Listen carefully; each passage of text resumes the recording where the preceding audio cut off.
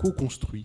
Et donc on a en gros ces trois dimensions, cette dimension de signification dans laquelle on va trouver l'ancrage, on en a parlé, on va trouver la mission première. Qu'est-ce que c'est que la mission première ? C'est faire des pneus pour Michelin ou c'est faire des clubs de vacances pour le Club Med. On va retrouver la mission que j'appelle la mission sublimée. Ça va être faciliter la route pour Michelin ou ça va être créer du bonheur pour le Club Med. Je prends des exemples connus par tout le monde. Ensuite, il va y avoir une logique de responsabilité, de respect de la société, donc cette quatrième dimension. Et puis une cinquième dimension qui sera la dimension de relation, d'activation de la relation, c'est-à-dire comment est-ce que finalement j'interagis avec mes publics pour que ce sens deviennent quelque part concrets, deviennent réels, deviennent actualisés. On a parlé d'actualisation par Étienne. Comment est-ce qu'on actualise le sens ? C'est dans cette relation qu'en fait, finalement, j'arrive à avoir un sens réel. Alors, la RSE, en fait, n'est qu'une partie. C'est-à-dire, justement, le danger, quand on parle de sens, c'est de limiter le sujet du sens à la RSE. Ça a été abordé par François tout à l'heure. Très souvent, quand on parle de sens, on parle de responsabilité sociale, environnementale et économique. Ce sont, en fait, qu'une dimension du sens. C'est-à-dire, regarder que cela...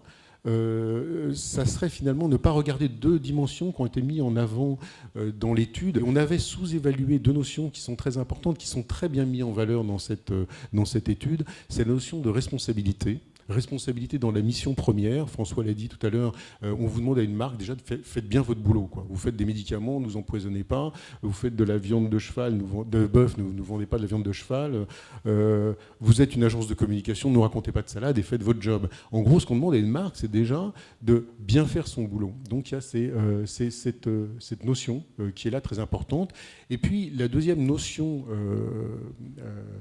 qui est apparue, je dirais, dedans, c'est la notion, effectivement, de proximité, de relation, alors que ce soit une proximité physique ou une proximité psychologique. C'est ce qui fait que notamment, et c'est ce qui nous avait surpris, notamment dans les résultats, les marques de distribution sont très bien notées sur le sens. Alors on se dit, c'est quand même bizarre, en fait, je ne suis pas sûr que ce soit l'endroit où je trouve le meilleur sens à ma vie. Moi, je m'attendais à trouver effectivement plus du Apple, plus du Tesla dans les hauteurs des classements. On ne vous a pas communiqué la totalité de l'étude, mais elle est beaucoup plus riche que celle qui est communiquée, et ceux qui voudront en savoir plus, on se tiendra à leur disposition.